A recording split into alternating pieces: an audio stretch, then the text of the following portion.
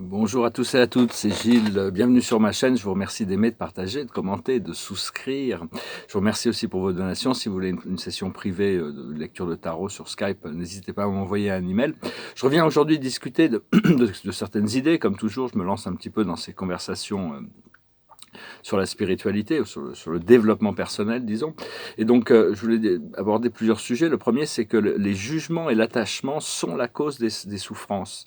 C'est-à-dire qu'on a des jugements sur nous-mêmes, et donc ces jugements sur nous-mêmes, c'est ça qui nous fait souffrir. Ça nous distrait de la beauté de Dieu, de la beauté de la vie, de la vérité. Et donc, petit à petit, on doit prendre conscience de ces jugements qu'on a sur nous-mêmes et des attachements qu'on a sur le passé et le futur pour arriver à vraiment rentrer dans le présent. Et donc, c'est parce que c'est l'ego, si on peut considérer que l'ego est comme un petit enfant, on pourrait considérer que c'est l'ego, quand il joue, il s'amuse avec ses jugements, ces jugements qu'il peut avoir sur les autres ou sur nous-mêmes, c'est un petit peu comme si on laisse des enfants jouer avec des armes à feu.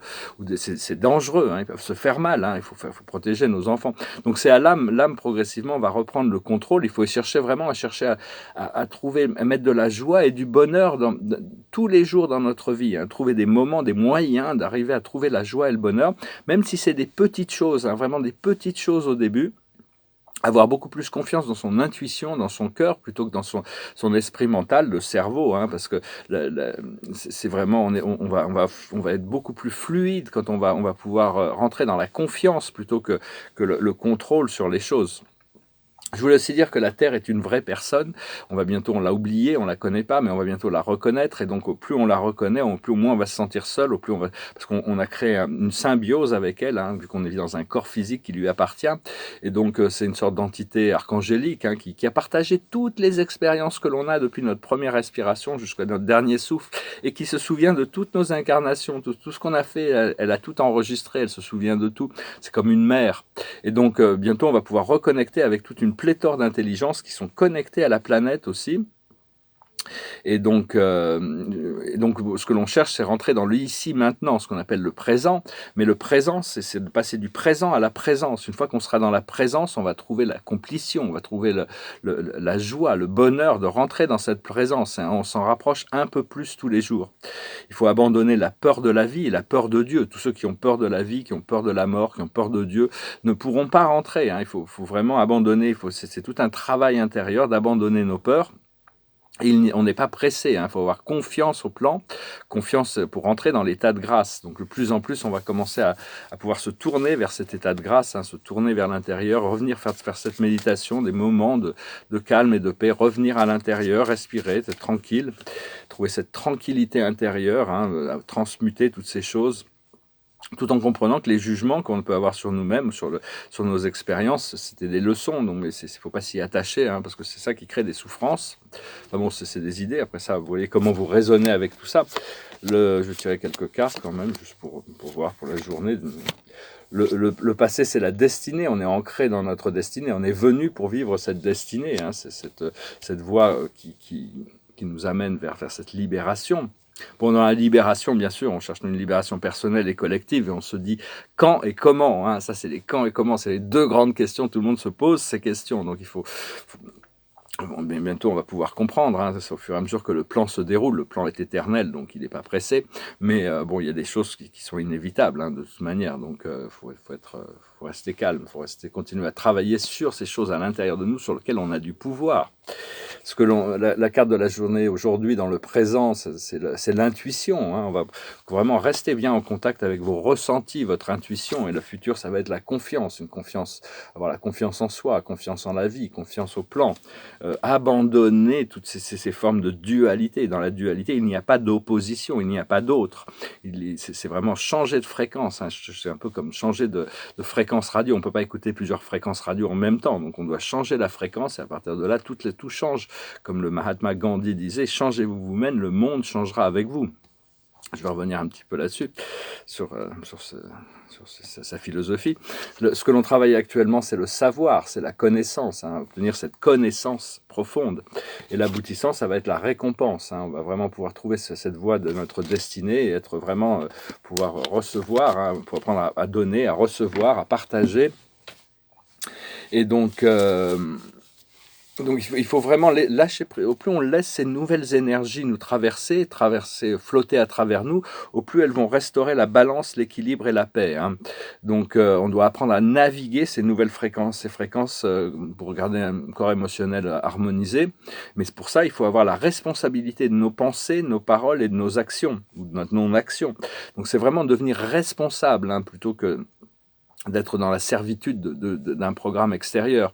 Donc il faut d'abord commencer pour se connecter grâce à notre intention, à l'amour, à l'intérieur, et au plus on va créer, au plus on va exprimer cette lumière, cet amour, cette divinité, au plus on va être dans notre joie, dans notre bonheur, au plus on va recevoir d'inspiration aussi. Donc on va atteindre la 7e dimension, l'épex de l'évolution individuelle, hein, la maîtrise de soi-même, la maîtrise sur le temps, l'espace et l'énergie. Et donc c'est vraiment l'esprit au-dessus de la matière, hein. Éventuellement notre esprit mental supérieur va devenir dominant sur tout le monde matériel. Ça veut dire une création instantanée, ça veut dire un corps de lumière. Tout ça, on s'en rapproche un peu plus tous les jours. La mission de l'âme, c'est de servir le divin, hein, et d'augmenter sa fréquence de l'âme, se rapprocher un petit peu plus avec chaque incarnation. Donc il faut vraiment se concentrer sur cette force intérieure, ce pouvoir, cette sagesse, savoir qu'elle devienne beaucoup plus forte que tout le chaos extérieur, hein, notre sagesse, notre force, notre pouvoir intérieur. Il faut reprendre son pouvoir à l'intérieur.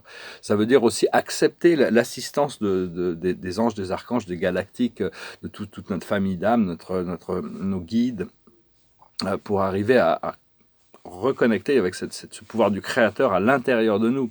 Donc c'est vraiment aller chercher ce pouvoir de Dieu dans le silence, faire des méditations, continuer à méditer et travailler avec faire cette méditation. Je vais retirer quelques cartes. Discuter encore de 2-3 idées, je parle un peu des extraterrestres. La plus haute sagesse aujourd'hui, c'est l'imagination, hein. Continuer à imaginer une vie bonne, une vie paradisiaque, continuer à imaginer un monde de paix. Mettez votre imagination au service du bien, au service de ce qui est voulu, pas imaginer des cauchemars, imaginer des problèmes. Ce que l'on doit comprendre, c'est la bénédiction. C'est comme si ça va tomber du ciel, hein. C'est que les fruits sont mûrs. Il y a tout ça, cette nouvelle vie qui se prépare. Donc restez ouverts à toutes sortes de miracles, hein. Écoutez votre âme sait exactement ce qui arrive. Ce qu'il faut faire, c'est la flexibilité, c'est rester flexible, rester entre les choses, de rester un peu. Et l'aboutissant, ça va être l'observateur, pouvoir rentrer dans un esprit contemplatif, hein, contemplatif qui nous permet de voir ce que la vie se dérouler et pouvoir agir là où on doit agir. Parce que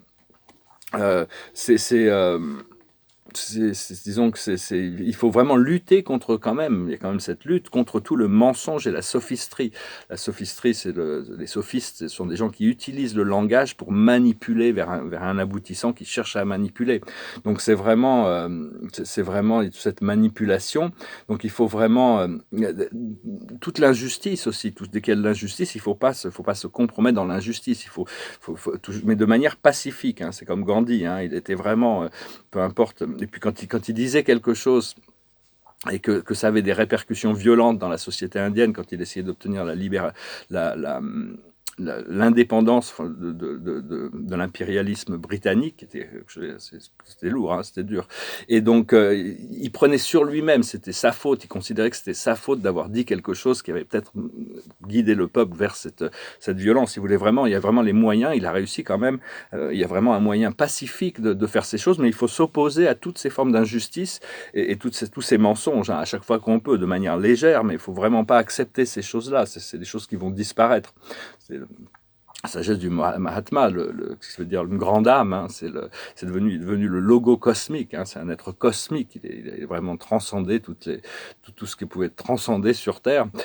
Et donc, je vais aussi parler des extraterrestres. La majorité des humains ne croient pas à l'existence de vie extraterrestre, alors qu'en réalité, on va s'apercevoir que tout l'univers est en équipe avec la vie, hein. La vie est partout dans l'univers, il y a toutes sortes de choses incroyables, au-delà de tout ce qu'on peut imaginer dans les science-fiction. Ça dépasse complètement l'imaginaire et l'entendement humain. Comme disait Shakespeare, Horatio, il y a plus de choses dans l'univers que dans tous nos rêves et toutes nos philosophies réunies, hein. Il savait, il était conscient. Et donc... Je suis aussi dans les civilisations extraterrestres, il y en a qui sont dominantes positives et dominantes négatives. Comme nous sur Terre, on serait plutôt dominante négative, c'est-à-dire le pouvoir, les abus de pouvoir et toutes ces choses. Mais enfin, ça ne veut pas dire qu'il n'y a pas beaucoup d'êtres humains qui sont dans le bien, le vrai, le beau. Et c'est un peu pareil dans ces autres civilisations. Il y a des factions, même chez les draconiens, il y a des factions positives, des êtres qui se sont séparés de toute cette domination militariste, dominatrice, pour aller se mettre à l'abri et travailler avec les forces de la lumière. C'est pareil en Orion. Orion, ils ont résolu leurs problèmes de dualité. C'est une civilisation de guerriers, mais il y a encore des rebelles d'Orion, des Anunnaki, qui servent l'obscurité. C'est pareil chez les États, les gris. La majorité sont des clones au service des draconiens, mais il y a des factions positives, intelligentes, qui servent la lumière. Hein. Donc, c'est comme les Pléiades sont majoritairement positives, mais il y a des rebelles qui servent l'obscurité, hein, ou même à Sirius. Hein. Donc, enfin bon, il faut essayer d'ignorer le plus possible toutes ces formes d'extraterrestres négatifs, parce qu'il y a tellement de forces. Adressez-vous au Haut Conseil, hein, de toute manière, les Hauts Conseils sont toujours éclairés. Et donc, c'est une force unifiée, hein, c'est-à-dire que c'est l'Alliance Noire et la Fédération Galactique de la Lumière qui s'opposent dans d'autres dimensions. Mais bon, ça ne nous regarde pas vraiment, hein, pour le moment. Donc, je voulais juste apporter ces petites idées, hein, donc ces idées pour expliquer un petit peu qu'il y a toujours l'univers fonctionne aussi un petit peu grâce à cette nécessité d'autodétermination, de choisir de revenir à la lumière. Hein. L'univers n'impose pas, il laisse les plans se dérouler, quoique la lumière gagne toujours à la fin. La lumière, dans une pièce noire, l'obscurité ne peut pas survivre. Si on amène de la lumière dans une pièce noire, elle ne peut plus exister. Ça fait partie aussi du jeu. Et ceux qui sont du côté sombre, on se rentrait dans une déception. On leur a fait croire que l'obscurité gagnerait à la fin. Donc, faut essayer de rester bien clair, bien lumineux, à se détacher des jugements, essayer de comprendre, de retrouver l'équilibre, laisser cette lumière flotter à travers nous. Donc voilà, je venais vous saluer aujourd'hui. Je vais chanter cette chanson. C'est une vieille chanson des années 40 qui nous parle de nos rêves qui deviennent des réalités. It goes like this. La la la la la la la la la la la la. Somewhere over the rainbow, way up high, there's a land that I heard of once in a lullaby. Somewhere over the rainbow, skies are blue, and the dreams that you dare to dream ready to come true. Someday I wish upon a star and wakes up where the clouds are far behind me, where troubles melt like lemon drops away above the chimney tops. That's where you'll find me. Somewhere over the rainbow, bluebirds fly. Birds fly over the rainbow wide, and oh, why can't I? If happy little bluebirds fly beyond the rainbow, why, oh, why can't I? Voilà, c'est un peu si les petits oiseaux peuvent voler au-delà de l'arc-en-ciel, pourquoi ne le puis-je pas, hein? C'est vraiment ouvrir notre imaginaire, notre imagination, qui va nous permettre de dépasser, de transcender toutes ces limitations mentales qui ont créé ce monde restrictif. En réalité, on est des créateurs infinis, éternels, divins. Hein. C'est vraiment se rappeler de cette divinité. Et la carte de la journée, c'est le 10 de Raphaël. Le 10 de Raphaël qui nous dit « Une vie faite d'amour et de grâce, relation familiale harmonieuse, à la recherche du bonheur. » Donc, continuer à cultiver, si c'est le déjeuner sur l'herbe, hein, de continuer à cultiver ce sens de la grâce, de l'amour, de la satiété, de relations harmonieuses. Hein. Tout ça dès qu'on lâche prise sur toutes ces autres choses, et il faut faire des petites choses tous les jours, des fois réconcilier avec quelqu'un, faire quelque chose, changer une petite habitude alimentaire, faire un peu plus de sport, des petites choses tous les jours. Il n'y a pas besoin de faire des grandes choses, on n'est pas pressé, mais faire petit à petit, continuer vraiment à s'avancer pour faire des choses que l'on sait être bonnes pour nous. Hein. Ça nous permet de remplacer des choses des blocages, débloquer des blocages, et ça nous permet d'exercer notre volonté vers dans ce sens une certaine purification, hein, quand même, qui se passe, et réalignement sur quelque chose de beaucoup plus réel. Je vous salue, je vous remercie pour tout, et puis je vous dis à très bientôt. Namasté.